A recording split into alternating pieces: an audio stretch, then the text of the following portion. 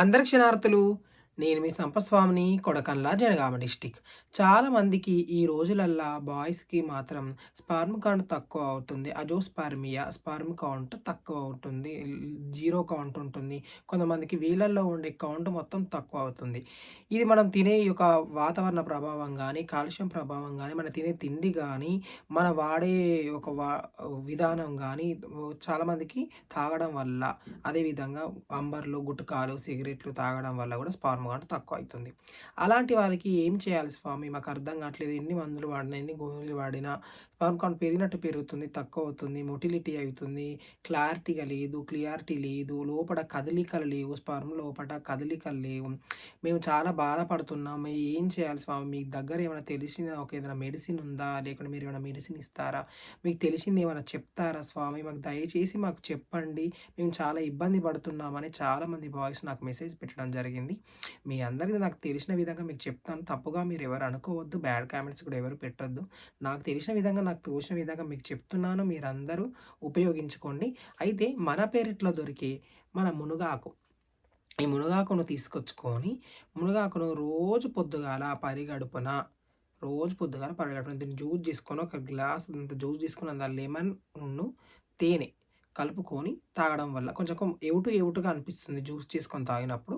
ఎవుటుగా లేకుండా ఒక నిమ్మకాయను, తేనె కలుపుకొని పరిగడుపున కనీసం ఒక 6 మంత్స్, 6 నెలల వ్యవధి మాత్రం ఖచ్చితంగా ఒక్కరోజు మిస్ చేయకుండా ప్రతిరోజు తాగడం వల్ల వేడి ముదుగంగా బాడీలో ఉన్న హీట్ అంతా యూరిన్ ద్వారా పోతాయి. టైట్ జీన్ పాయింట్స్ వేయొద్దు, మందు తాగొద్దు. ఇది తాగినప్పుడు చికెన్, మటన్ తినొద్దు. ఓన్లీ ఫిష్ మాత్రమే, చేపలు మాత్రమే తినాలి. డైట్ మెయింటైన్ చేయాలి. రోజు పొద్దుగాల మన కండ చక్కెర అంటారు. అంటే నవబోతు గడ్డ అంటారు, పటిక బెల్లం, పటిక చక్కెర అంటారు. వాటితోటి సబ్ద గింజలు అంటే మన సైదాకు చెట్టు యొక్క గింజలు వాడుకోవచ్చు. సియా సీడ్స్ మన పొద్దుగాల నీళ్ళలో నానబెట్టుకొని తాగాలి.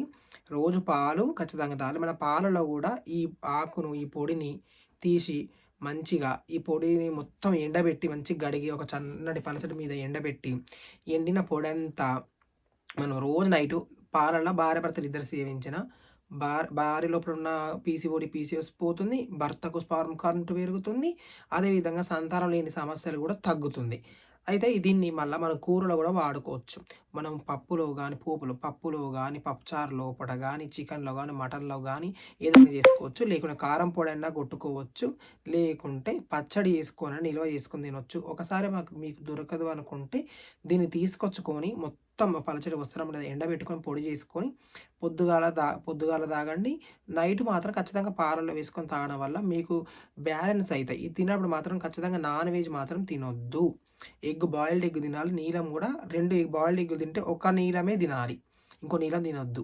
ఎవరైనా భర్త అయినా, భార్య అయినా గమనించుకొని మీరు తెలుసుకున్నట్టు ఇవి చేసుకుంటే, ఎందుకంటే నాన్ వెజ్ తిని మాకు పారలేదు స్వామి, మేము చెప్పింది మీ అబద్ధం, ఇది ఫేకు, ఇది అర్థం కాలేదు, యూజ్ కాదు అని మీరు బ్యాడ్ కామెంట్స్ పెడతా ఉంటారు. అందుకే మీకు ముందు చెప్తాను, నాన్ వెజ్ మాత్రం అస్సలు తినొద్దు.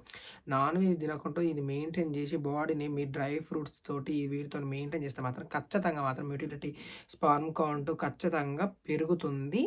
అజోస్పర్మియా కూడా తక్కువ అవుతుంది. కాబట్టి ఇలాంటి మరిన్ని వీడియోస్ గురించి స్వంపస్వామి అనే యూట్యూబ్ ఛానల్ సబ్స్క్రైబ్ చేసుకోండి. ఇన్‌స్టాగ్రామ్‌ని ఫాలో కండి. మీరందరూ నన్ను ఆదరిస్తున్నందుకు మీ అందరి ధన్యవాదములు. అందరికి క్షణార్థి.